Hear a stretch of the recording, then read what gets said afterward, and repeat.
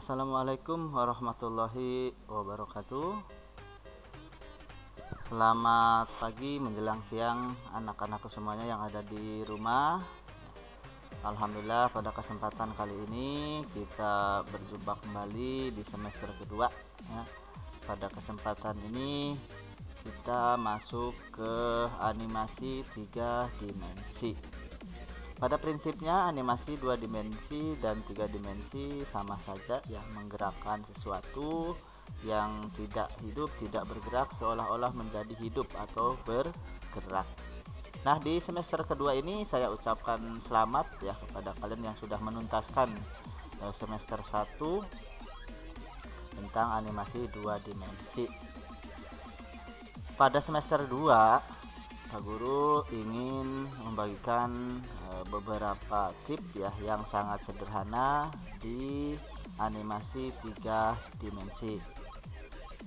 Adapun program atau software yang Pak Guru gunakan di sini menggunakan Autodesk 3ds Max.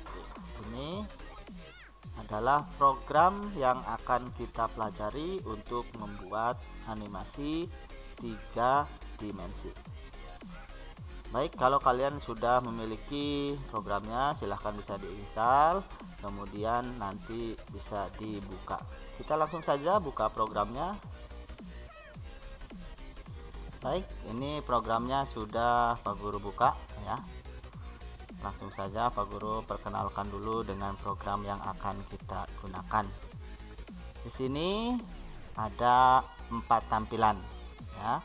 Kalau di 2 dimensi dulu hanya satu tampilan papan kerja.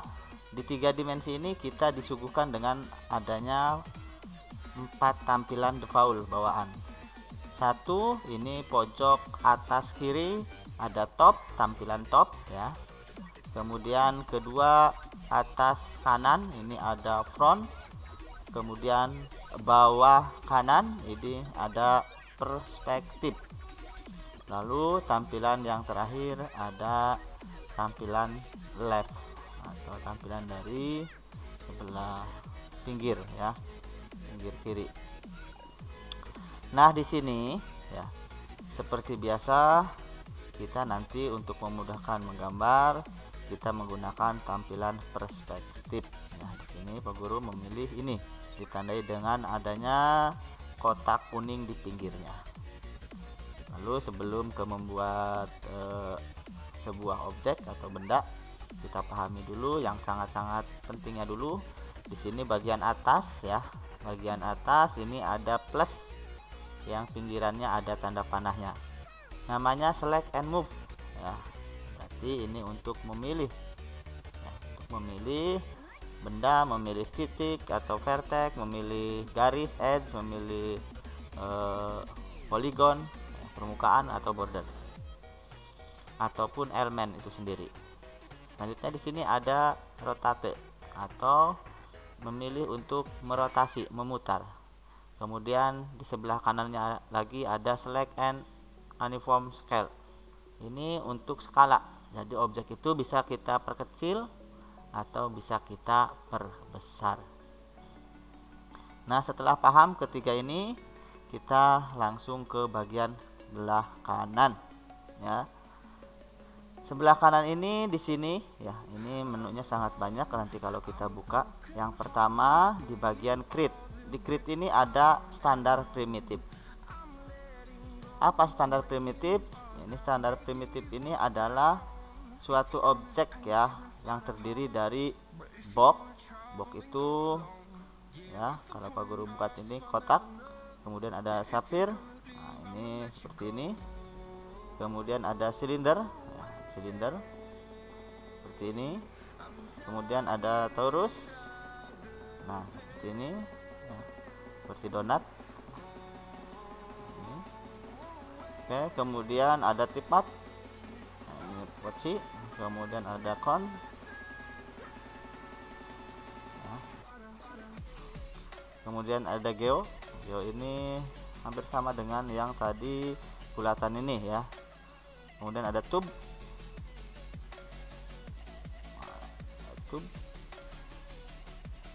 Kemudian ada piramid.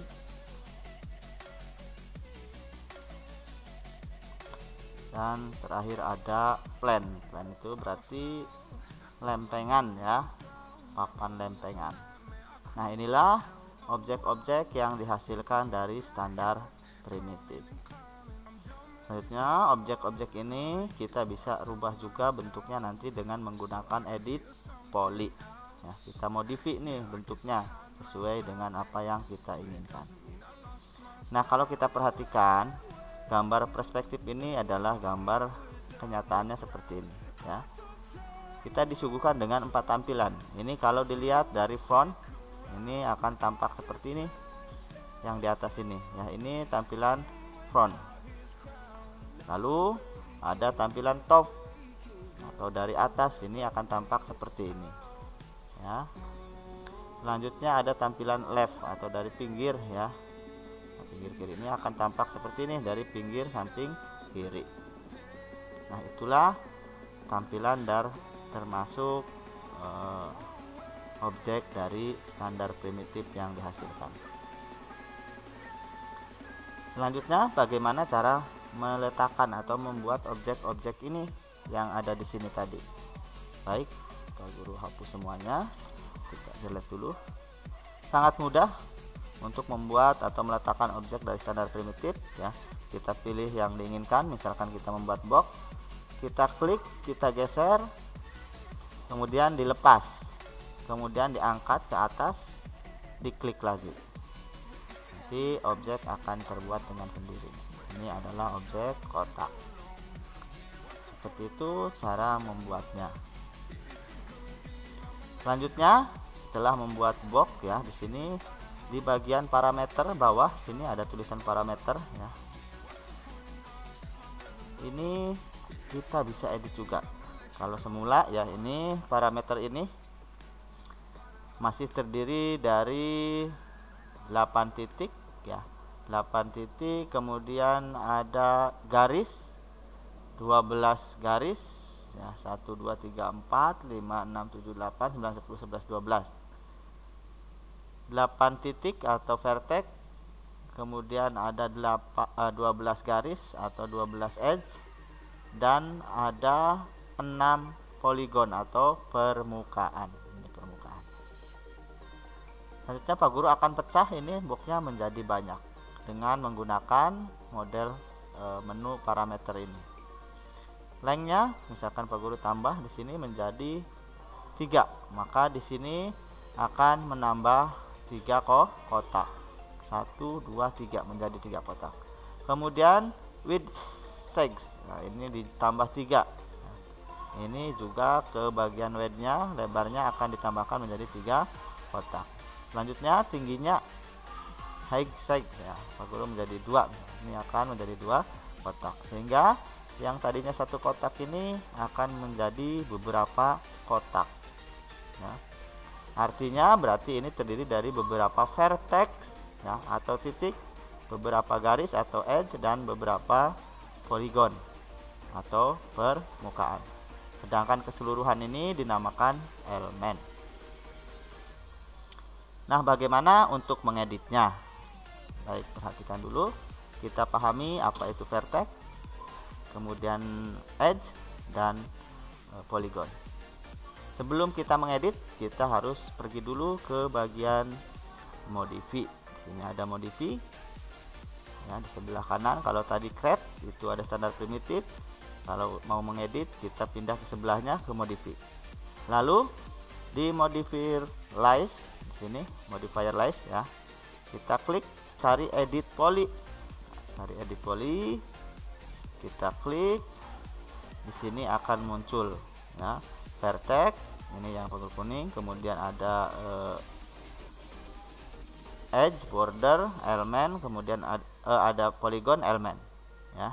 Saya ulangi, ada vertex, ada edge, ada border, ada polygon, ada element. Kalau kita menginginkan mengedit sebuah titik, maka kita harus mengaktifkan vertex.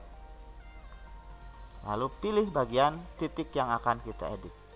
Misalkan titik ini akan kita edit, maka klik di titik ini, dia akan berubah warnanya menjadi merah. Selanjutnya titik ini bisa ditarik ke atas dan akan terjadi seperti ini ya. Ini kalau kita mengedit dengan titik. Yang semula rata dia akan mengembang menjadi lancip ke atas. Selanjutnya kita aktifkan yang edge atau garis. Oke, garis. Misalkan Pak Guru pilih garis yang ini. Ya, ini di sini dipilih, kita angkat. Nah, akan jadi seperti ini. Ya, ini karena garisnya kita angkat. Dia akan rata garis yang ini. Oke. Selanjutnya adalah ada di sini permukaan atau poligon. Baik, kalau misalkan saya memilih sebuah permukaan yang sebelah sini, ya, kemudian saya tarik ke sini, dia akan seperti ini. Ya, itu rata. Nah, itu fungsi kita mengenal dari vertex, edge, dan poligon. Baik, kita langsung saja ke kesimpulan. Apakah itu vertex, apakah itu edge, apakah itu poligon? Vertex adalah titik perpotongan antara garis ya, atau di ujungnya juga bisa, di pojoknya juga bisa. Contoh yang namanya vertex ini ya. Ini titik ini namanya vertex. Kita aktifkan dulu. Ini contohnya vertex yang merah ini. Ini adalah hasil dari pertemuan antara garis satu dengan garis yang lainnya, ini titik. Sedangkan garis adalah bentukan dari hubungan titik yang satu ke titik yang lain ya. Titik ini dihubungkan dengan titik yang ini ya. Contoh, ini vertex ini, vertex ini dihubungkan dengan vertex ini, maka dia akan lurus membentuk garis. Lalu elemen ya. Poligon, maaf. Lalu poligon.